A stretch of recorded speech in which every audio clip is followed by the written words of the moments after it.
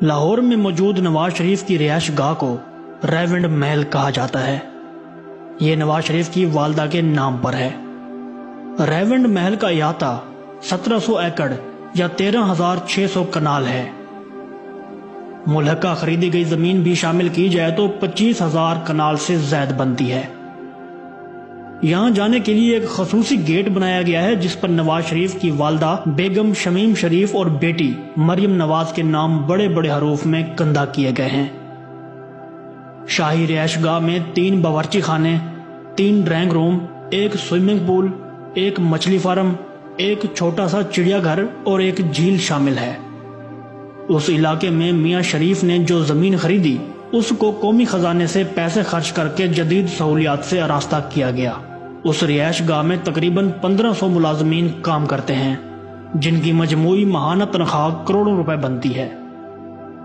وزیر اعظم نواز شریف جب دوسری بار وزیر اعظم بنے تب انہوں نے ریونڈ محل کی تعمیر و آرائش پر خصوصی توجہ دی۔ تعمیرات کا یہ کام FWO کو سونپا اور ہنگامی بنیادوں پر اس کام کی تکمیل کے احکامات جاری کیے گئے۔ نواز شریف نے دوسری بار اقتدار حاصل کرنے کے فوراً بعد ریونڈ کی رہائش گاہ کو وزیر اعظم کیمپ آفس کا درجہ دے دیا اور یوں وفاقی ادارہ PWD کو اس رہائش گاہ کے تمام اخراجات اور ترقیاتی پروجیکٹس کے اخراجات ادا کرنے کا پابند قرار دے دیا۔ اس حوالے سے برطانیہ کے اخبار سنڈے ٹائمز میں ایک مضمون شائع ہوا تھا جس میں لکھا گیا کہ ریونڈ میں ہزاروں ایکڑ رقبے پر پھیلی ہوئی نواز شریف کی جائیداد ایک ایسے شخص کی جانب سے اپنی دولت کی بے جان نمود و نمائش ہے جو غریبوں کی زندگی بدل دینے کے نظریے کے ساتھ فروری 1997 میں برسر اقتدار آیا تھا۔ ناظرین گرامی، شریف خاندان نے ریونڈ کی زمین 13 کروڑ روپے میں خریدی تھی۔ اس سے قبل 26 جولائی 1992 کو اسلام آباد سے ایک شاہی فرمان جاری ہوا تھا۔ یہ فرمان کمشنر لاہور ڈویژن کے نام تھا۔ وزیر اعظم سیکریٹریٹ نے اس فرمان کے ساتھ کمشنر لاہور کو سرکاری خزانے سے 5 کروڑ روپے جاری کیے تاکہ وہ شریف خاندان کی ریونڈ میں واقع اس عالیشان رہائش گاہ کو لاہور سے جوڑنے والی سڑک کی حالت کو بہتر بنائے۔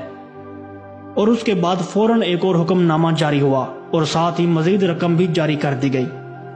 اس بار کمشنر لاہور کے لیے حکم یہ تھا کہ وہ ایک اور سڑک تیار کروائیں جو اتفاق کمپلیکس اور اتفاق فارم کے درمیان سے گزرے، اور اس پروجیکٹ کے لیے 14 کروڑ 90 لاکھ روپے اضافی ادا کیے گئے۔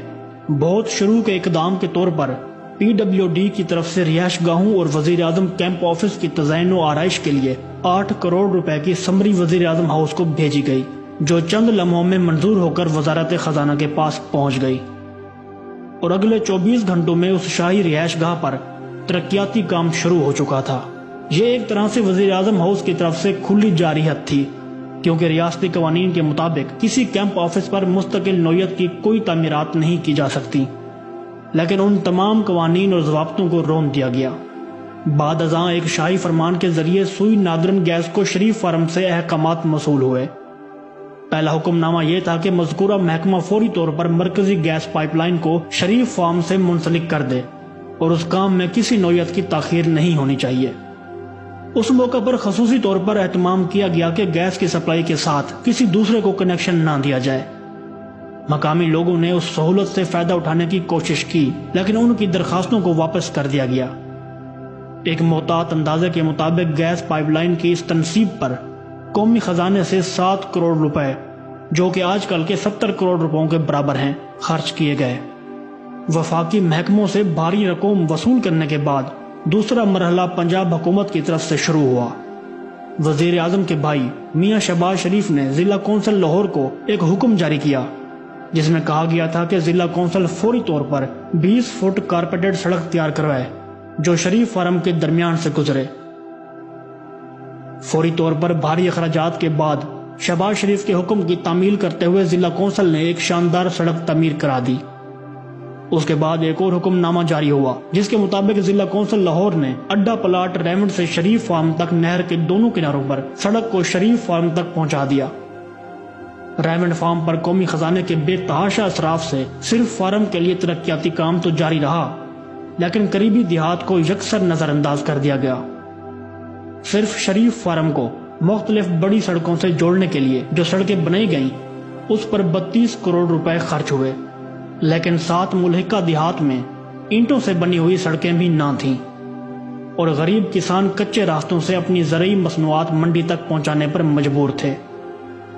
انہیں شریف فارم کو آنے والی گیس کی مین پائپ لائن سے بھی کنیکشن نہ دیے گئے اور نہ بجلی کے کنیکشن دیے گئے۔ شریف فارم کے ساتھ ہزاروں ایکڑ پر جوبلی ٹاؤن نامی سکیم کا اعلان کیا گیا۔ حالانکہ حکومت پنجاب کے اعلان کردہ جوہر ٹاؤن سکیم اور سبزہ زار سکیم ابھی تک مکمل نہیں ہو سکی تھی، لیکن جوبلی ٹاؤن کا منصوبہ صرف اس لیے بنایا گیا کہ شریف خاندان نے جو زمین بہت کم نرخوں پر خرید کر سرکاری خزانے سے ترقیاتی کام کروا کر قیمتی زمین میں تبدیل کرا لی تھی، اس کو جوبلی ٹاؤن میں شامل کر کے اربوں روپے کمائے جائیں۔ اس عظیم الشان منصوبے کے لیے مجموعی طور پر 80 دیہات کا پانی بند کر دیا گیا، ایک نہر کو اپنے مفاد میں پختہ کرنے کے لیے، جس کے باعث کسانوں کی تیار فصلیں سوکھ گئی تھیں اور ان کے مویشی پانی کو ترس گئے۔ مقامی کسانوں نے اس ظلم کے خلاف جب احتجاج کرنا چاہا تو ان پر چڑھائی کر کے پنجاب پولیس کے جوانوں کو حکم دیا گیا، جنہوں نے غریب نہتے کسانوں کی خوب مرمت کی۔ ناظرین گرامی، واضح ہے کہ اس شاہی حکم نامے سے پہلے 80 مقامی دیہات کو اس نہر سے پانی حاصل ہوتا تھا اور اس سے لاکھوں ایکڑ اراضی سیراب ہوتی تھی۔